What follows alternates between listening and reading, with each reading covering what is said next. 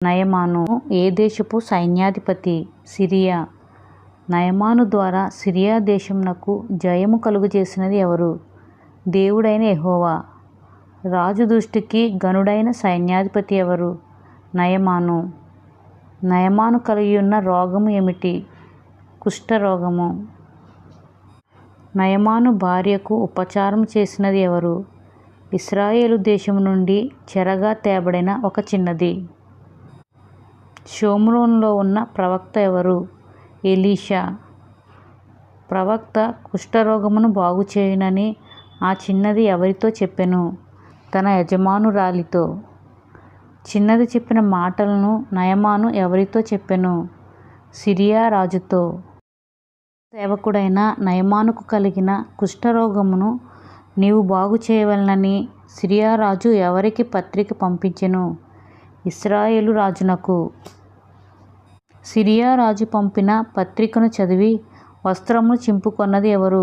ఇశ్రాయేలు రాజు. నీ వస్త్రమును నీవెందుకు చింపుకొంటివి అని ఇశ్రాయేలు రాజును ప్రశ్నించినది ఎవరు? ఎలీషా ప్రవక్త. నయమానును షోమ్రోనుకు రానిమ్మని ఎలీషా ప్రవక్త ఇశ్రాయేలు రాజుతో ఎందుకు చెప్పెను? ఇశ్రాయేలీయుల్లో ప్రవక్త ఒకడు ఉన్నాడని తెలియబడాలని. ఎలీషా ఇంటి ద్వారం ముందర నిలిచినది ఎవరు? నయమాను. యోర్దాను నదికి పోయి 7 మార్లు స్నానం చేయమని ఎలీషా ఎవరికి చెప్పి పంపెను? ఒక దూతకు. రౌద్రుడై తిరిగి వెళ్ళిపోయింది ఎవరు? నయమాను. నయమాను ఏ విధంగా స్వస్థత కలుగును అనుకొనెను? దైవజనుడు వచ్చి తనను ముట్టి ప్రార్థించగా స్వస్థత కలుగునని నయమాను అనుకొనెను. ఏ నదులు యోర్దాను నది కంటే శ్రేష్టమైనవి కావా అని నయమాను అనుకొన్నాడు.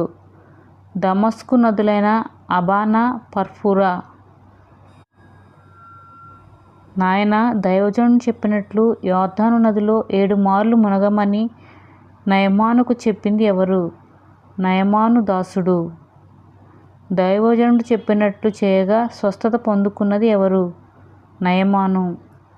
ఇశ్రాయేలులో నున్న దేవుడు తప్ప లోకమంతటి యందును మరి ఒక దేవుడు లేడని సాక్షిగా నిలబడినది ఎవరు? నయమాను.